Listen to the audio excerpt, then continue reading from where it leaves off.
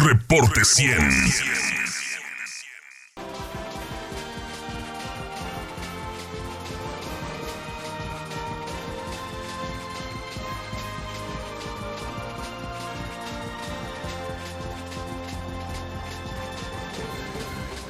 Continuamos en Reporte 100 a través de Stereo 100, el 100.3 de su radio en FM. Estamos también en la transmisión en vivo a través de la página de Facebook de Stereo 100, Stereo 100.3, así nos busca, ahí está nuestra transmisión en vivo y lo invitamos a unirse a la conversación a través de Twitter en @Unirradionoticias y recuerde escribirnos con el hashtag Reporte 100. Y uno de los temas más importantes del 2019 y que también marcó a los distintos gobiernos estatales, en especial al gobierno de México, fue el débil cierre de la economía en el 2019 y lo que se esperaba para el 2020, especialmente el 2019 marcado por un crecimiento económico prácticamente nulo en muchos estados y a nivel nacional, pero también un 2020 que se tornaba difícil, especialmente por una guerra comercial que inició en 2018 entre Estados Unidos y China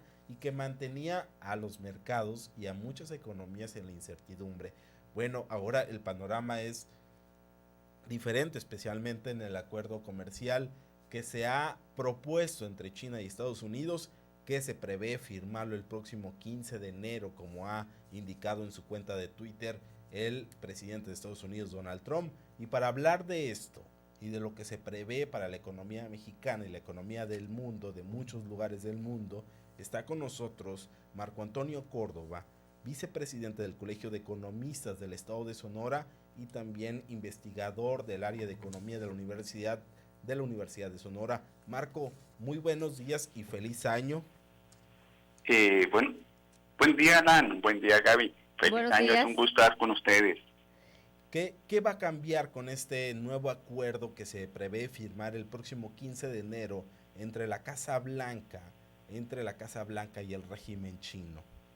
Hay varios factores internos y externos que podrían incidir sobre el comportamiento de la economía mexicana y sonorense para este 2020. Uno de estos factores, sin lugar a dudas, es el acuerdo comercial que llegue China con Estados Unidos, como bien señalabas, en la primera fase, 15 de enero. ¿Esto qué significa? Genera certidumbre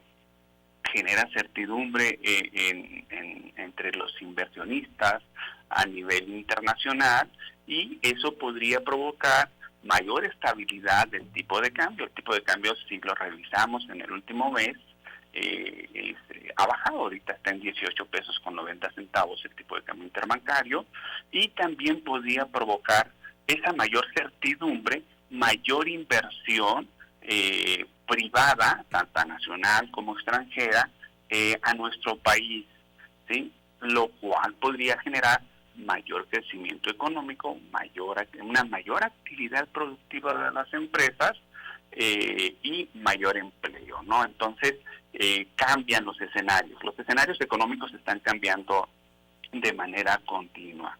Y así como hay factores negativos, también hay factores positivos, como el que bien señalas, ¿no? Esta primera fase, este primer acuerdo que se da entre China y Estados Unidos para llegar a un acuerdo comercial que fluya la actividad comercial, genera certidumbre, podría generar mayor crecimiento económico. Y ahora el 2019, ¿cómo se explica este prácticamente crecimiento cero de la economía mexicana? Supongo que una parte importante se debe a esta incertidumbre de la guerra comercial entre Estados Unidos y China, pero ¿qué otros factores están presentes para que la economía no haya crecido como se esperaba? Así es, el 2019 pues prácticamente la economía mexicana no creció, no fue buen año en términos económicos, no se creció, no se generaron los empleos que se requerían, se incrementó la tasa de desempleo. Sin embargo, también se generó cierta estabilidad financiera con una inflación del 3%, un tipo de cambio a la baja y una tasa de interés también hacia la baja. ¿Qué ocurrió el año pasado? que provocó este estancamiento económico. Son varios factores. Entre los internos, la incertidumbre entre los inversionistas, entre los empresarios, lo que provocó, bueno, que disminuyeran sus inversiones o bien que disminuyeran sus inversiones o postergaran dichas inversiones. Incertidumbre relacionada a qué? Relacionada a las políticas públicas iniciales que implementó o estaba implementando el gobierno federal. Sí, entonces, las políticas públicas implementadas por el gobierno federal el año pasado generaron esa incertidumbre, y lo cual provocó una menor disminución y por lo tanto le pegó a la actividad productiva, a la producción de las empresas. Otro factor que incidió el año pasado, y esperamos que este año no incida, la inseguridad. Claro. Porque es un obstáculo para realizar negocios y genera un costo adicional a las empresas, genera un costo adicional a las familias. Entonces, es otro factor que incidió también el año pasado para que no se tuviera ese crecimiento en la actividad económica. Eso a nivel como factor interno, como factor externo, pues la incertidumbre. Ahora sí, la incertidumbre comercial Estados Unidos-China, pero también incertidumbre del nuevo Tratado de Libre Comercio, si se iba a firmar, cuándo se iba a firmar, cuándo se iba a implementar. Pues son factores externos que también incidieron sobre el ánimo de los inversionistas y sobre los empresarios, de tal manera que postergaron sus inversiones.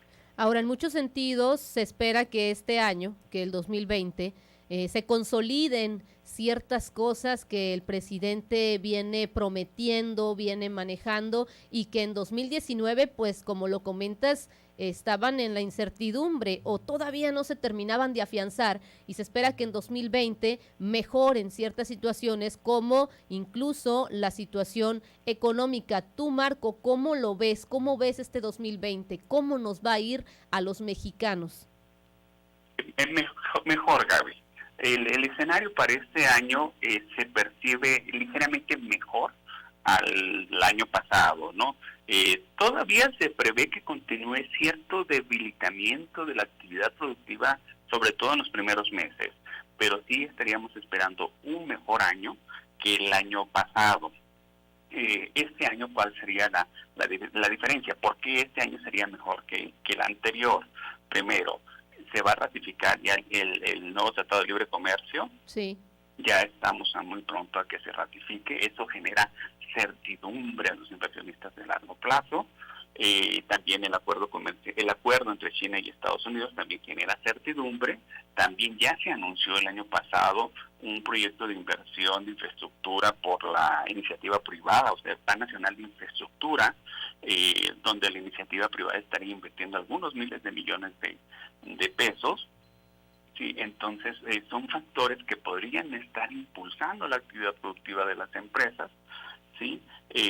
También la disciplina fiscal que tiene el gobierno federal, que la viene manejando desde el año pasado y que este año también ya marcó las líneas de que va a tener disciplina fiscal. Eso genera también expectativas positivas y eso también provoca una disminución en el tipo de cambio, en la tasa de interés, en inflación, ¿no? Entonces, estos factores podrían generar un mejor escenario para que las empresas incrementen su actividad productiva, se genere un mayor crecimiento y por lo tanto se generen más empleos de los que se generaron el año pasado. Y para Sonora, ¿cuál es la previsión para este 2000? Bueno, ¿cómo terminamos el 2019 y qué se prevé para el 2020? Sonora ya tiene 2 años con una actividad, con un estancamiento económico, a la diferencia del escenario a nivel nacional que inició el año pasado.